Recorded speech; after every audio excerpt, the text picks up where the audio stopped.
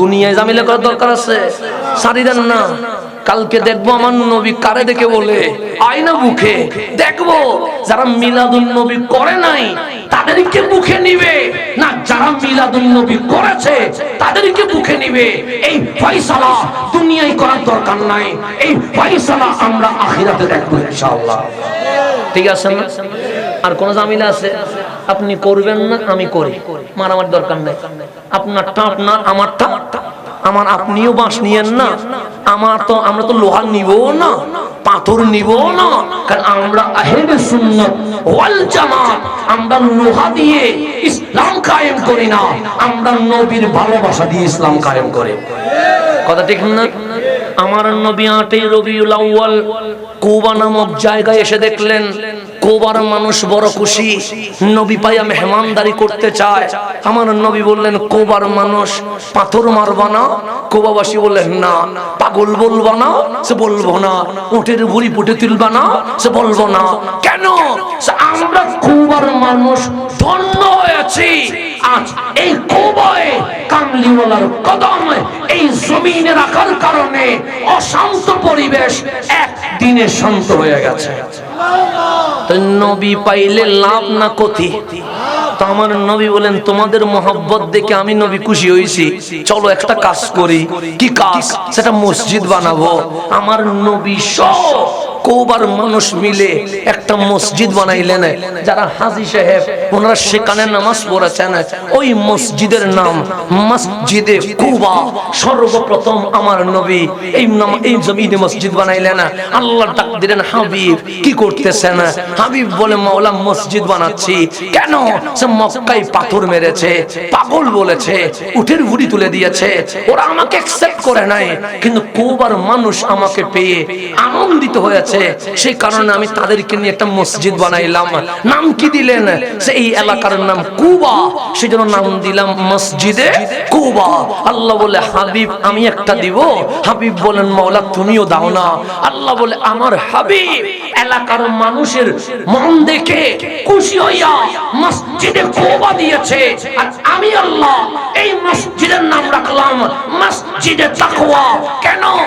হাবিবের বানানো হাতের মসজিদে যারা এসে কিয়ামত পর্যন্ত নামাজ পড়বে, তার তাকওয়া অর্জন করে মুত্তাকি হইয়া হাবিবের সাথে জান্নাতে চলে যাবে। ওই মসজিদ এখনো আছে না? নাই? সেখানে 2-1 দিনে স্টে করে আবু বকরকে বললেন, আবু বকর গোড়া বের করে ফেলো, হোঁট বের করে নাও। সাইয়্যিদুনা সিদ্দিক ওঁট বের করলেন। আমার নবী উঠে এসে গেলেন। তখন কি কোনো মিডিয়া আছে? ফেসবুক আছে, লাইভ দেওয়ার সুযোগ আছে, ইউটিউবে ভিডিও দেওয়ার সুযোগ আছে, কিন্তু মদিনার মানুষ জেনে গেছে আজকে আমার নবী ইয়াসরাবে আসবে। কিসের ইন্টারনেটের লাইন কই? আপনার ফেসবুকের লাইন কই? ইউটিউবের ভিডিও কই? মদিনার মানুষ বলে, ইউটিউব লাগে নাই, ফেসবুক লাগে নাই, লাইভ লাগে নাই, মুহাব্বতের ইন্টারনেটে আমরা জেনে গেছি আজ সোমবারে রহমতুল লিল আলামিন ইয়াসরাবে কদম রাখবে। সর্বপ্রথম বাচ্চারা রাস্তায় নেমে বলছে, নবী আসবে, নবী আসবে। যুবকরা রাস্তার 2 পাশে দাঁড়িয়ে আছে, রাসূল আসবে, রাসূল আসবে। মুরব্বীরা ঘর সাজাচ্ছে, রাসূল আসলে আমার ঘরে নিয়ে যাও। মদিনা সাজানো শুরু হয়ে গেছে। কি শুরু হয়ে গেছে? ঠিক আমার নবী 12ই রবিউল আউয়াল। কতই রবিউল আউয়াল? শুধু মিলাদ 12 না, হিজরতও 12। নবীর মিলাদও 12, হিজরতও 12। এই 12ই রবিউল আউয়াল কামলিওয়ালা যখন মদিনার ইয়াসরাবে ঢুকলেন, ছোট ছোট বাচ্চারা দেখলেন উটের উপরে কে যেন বসে আছে, মুস্কি মুস্কি হাসছে। ফাখারাজান নূর, আর ওনার দাঁত মোবারক থেকে নূর বের হচ্ছে।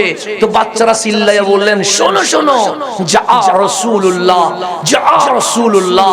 ইয়াসরাবের মানুষ যেই নবীর জন্য অপেক্ষা করেছিল, সেই নবী তোমাদের মাঝে তাশরীফ নিয়ে এসেছে। আমার যুবকরা বললেন কই? সবাই বললেন ওই দেখো না উটের উপর বসে আছে। মুরব্বীরা বললেন কই? সে দেখো না উটের উপর বসে আছে। সর্বপ্রথম যুবকরা আমার নবীর নূরানি চেহারা দেখে বলছেন তালা আল বদরু আলাইনা। মারে ইয়াসরাব আর ইয়াসরাব নাই, কি সে ইয়াসরাব মদিনা হয়ে গেছে। কেন? সে তালা আল বদরু আলাইনা, পূর্ণিমার চাঁদ উঠে গেছে। মা বলছে রে বাবা পাগল হয়ে গেছিস, সূর্য দিনে ওঠে চাঁদ রাতে ওঠে। ছেলে বলে না মা পাগল হয় নাই। তাহলে পাগল না হইলে সকালবেলা কেন বলছিস তালা আল বদরু আলাইনা, পূর্ণিমার চাঁদ উঠে গেছে? তখন বাচ্চারা বলছে মা সবচেয়ে সুন্দর কি?